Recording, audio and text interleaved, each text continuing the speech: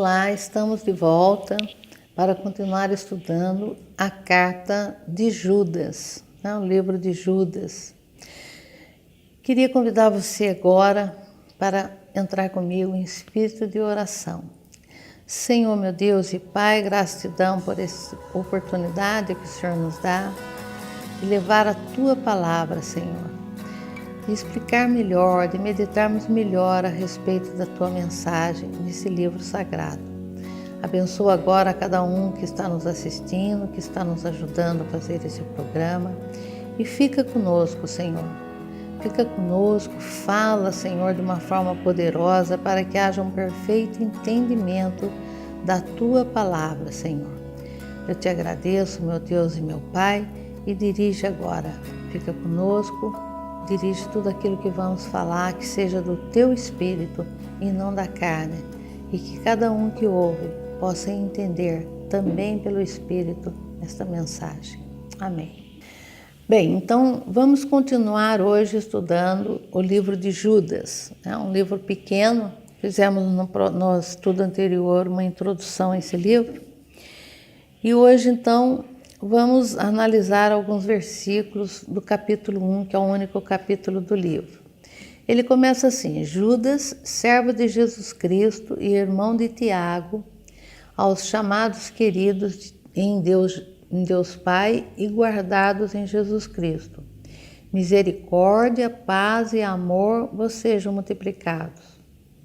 Amados, enquanto eu empregava toda a diligência para vos escrever acerca da salvação que nos é comum, sentia-se a necessidade de vos escrever, exortando-vos a batalhar pela fé, que de uma vez por todas foi entregue aos santos.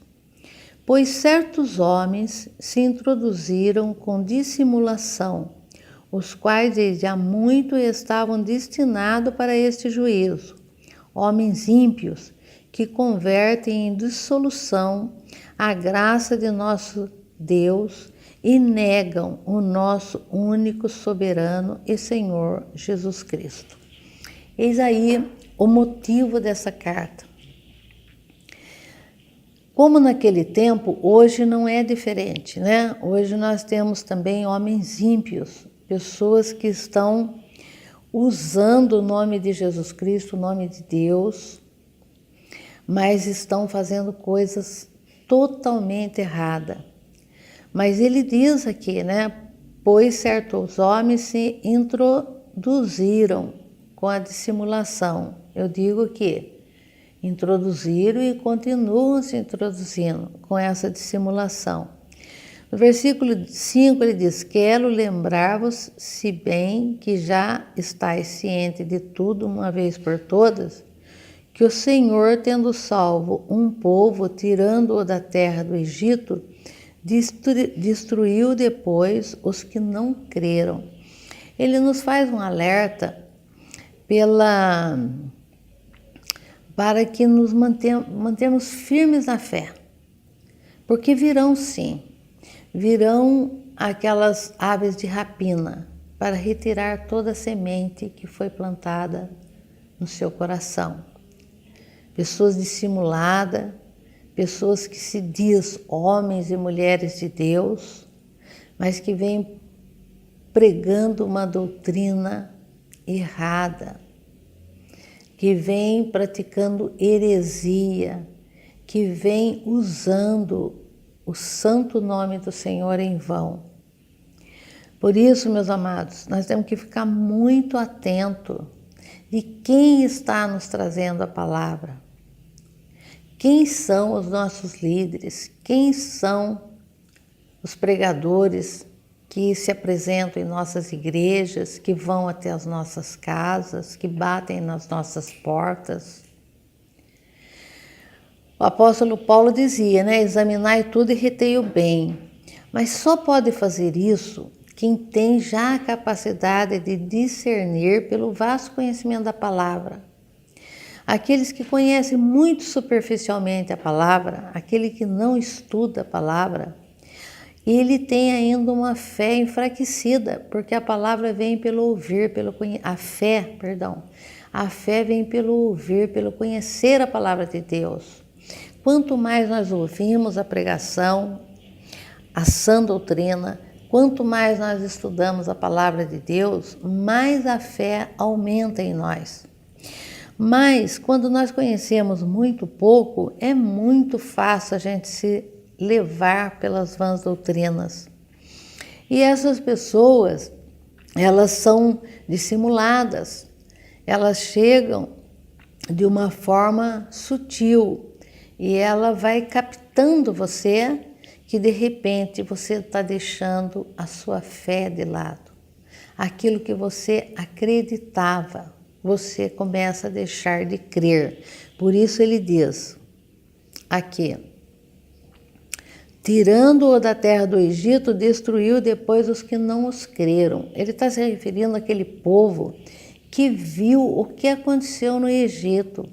Eles foram libertos do cativeiro, mas eles viram quantas maravilhas Deus fez. Aquelas pragas lançadas ali, todos os milagres que ocorreram durante seus 40 anos no deserto, mas mesmo assim, perderam a fé.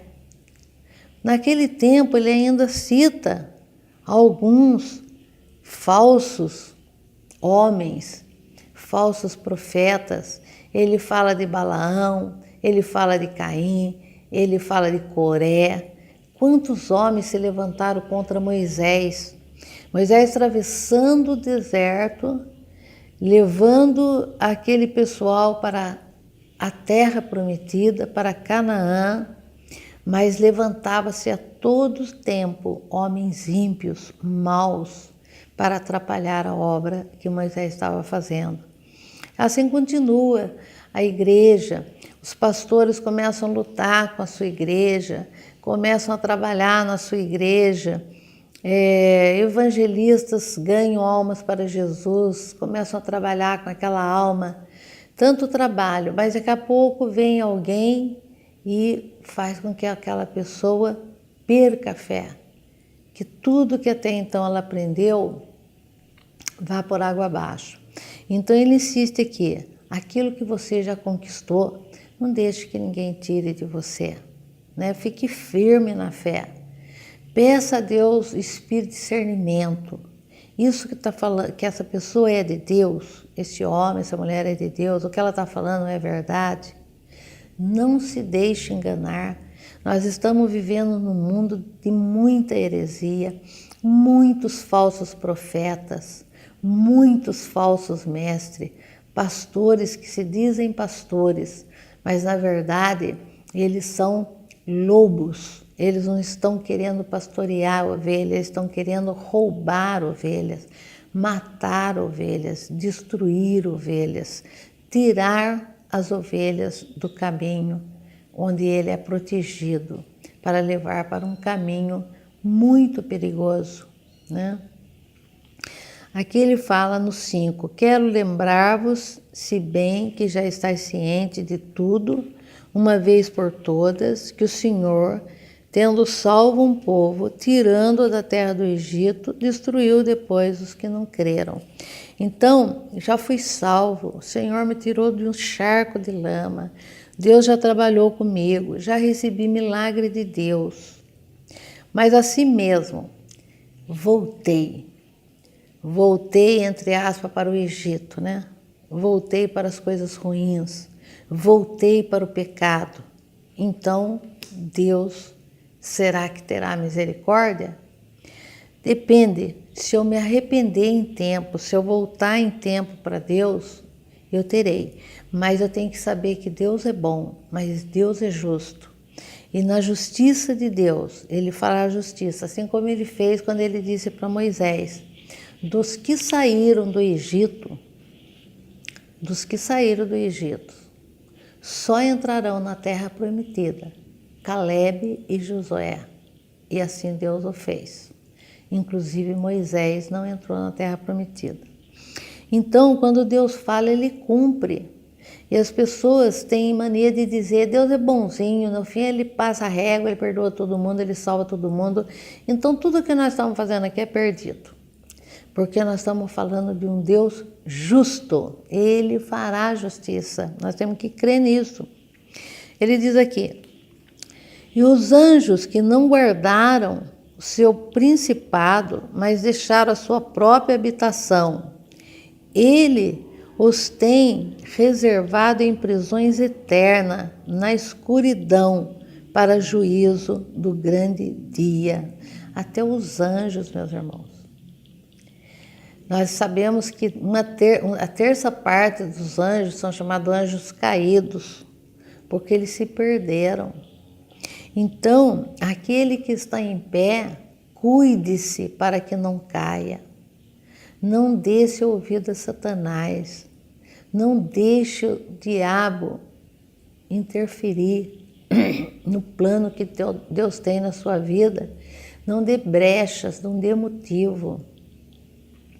No 7 ele diz assim, assim também Sodoma e Gomorra e as cidades circunvizinhas, que havendo se prostituído como aqueles e ido após outra carne, foram postas como exemplo, sofrendo a pena do fogo eterno. Nós estamos vendo hoje a nossa sociedade com muita tristeza, com muito desespero, até como Jeremias via Israel naqueles tempos. Nós já estamos vendo uma sociedade que está no caos, onde não existe mais moral, não existe mais princípios, não estão mais temendo a Deus. As pessoas hoje não temem a Deus. E nós sabemos que logo, logo ocorrerá o que ocorreu com Sodoma e com Gomorra. Deus não vai suportar ver o que está acontecendo no meio do nosso povo. E o que nós temos que fazer é só pedir a Deus misericórdia, misericórdia, como Abraão pediu misericórdia. Mas nós sabemos que naquela cidade Deus poupou somente a família de Ló. Então, nós seremos sim poupados, porque nós estamos firmes na nossa fé, somos temente a Deus, não nos misturamos com esse mundo. Mas aqueles que estão no mundo, eles passarão por isso, quem sabe até pior do que passou Sodoma e Gomorra. No 7 ele diz assim, no 8, contudo, semelhantemente também estes falsos mestres, sonhando, contaminam a sua carne, rejeitam toda a autoridade e blasfemam das dignidades. Hoje nós estamos servindo de chacota para o diabo. As pessoas zombam de nós. Eles acham que é um absurdo a gente ficar na igreja o domingo todo. Eles acham que é um absurdo a gente orar. Porque eles querem viver dessa vida desregrada, desse mundo poluído por Satanás, né? Então, da mesma forma que acontecia, porque a história se repete, é sempre assim, Deus está tentando salvar a humanidade, porque Ele quer que a humanidade se salve, mas isso não compete a Deus, compete a nós. Nós é que temos que buscar a nossa salvação. Mas as pessoas, ao invés de buscar a salvação, ela está buscando a sua perdição a cada dia. Amados, eu estou chegando no fim também desse programa, mas eu quero, nesse momento, lembrar você a saber fazer as suas escolhas nesse mundo perverso. Que Deus o abençoe, que Deus cuide de você. Se você ainda faz parte desse mundo cheio de pecado, comece a escutar a palavra de Deus. Comece a lembrar das coisas que a Bíblia narra, para que você tenha certeza absoluta que existe um mundo melhor. Existe um mundo muito melhor nos esperando, mas nem todos vão para lá.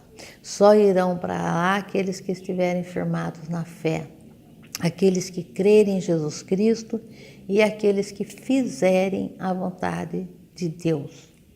Se você não buscar a Jesus, você não vai fazer parte desse maravilhoso mundo novo. E é lá que eu quero encontrar você. Amém? Deus o abençoe. Na próxima semana estaremos com um novo estudo. Fica na paz do Senhor.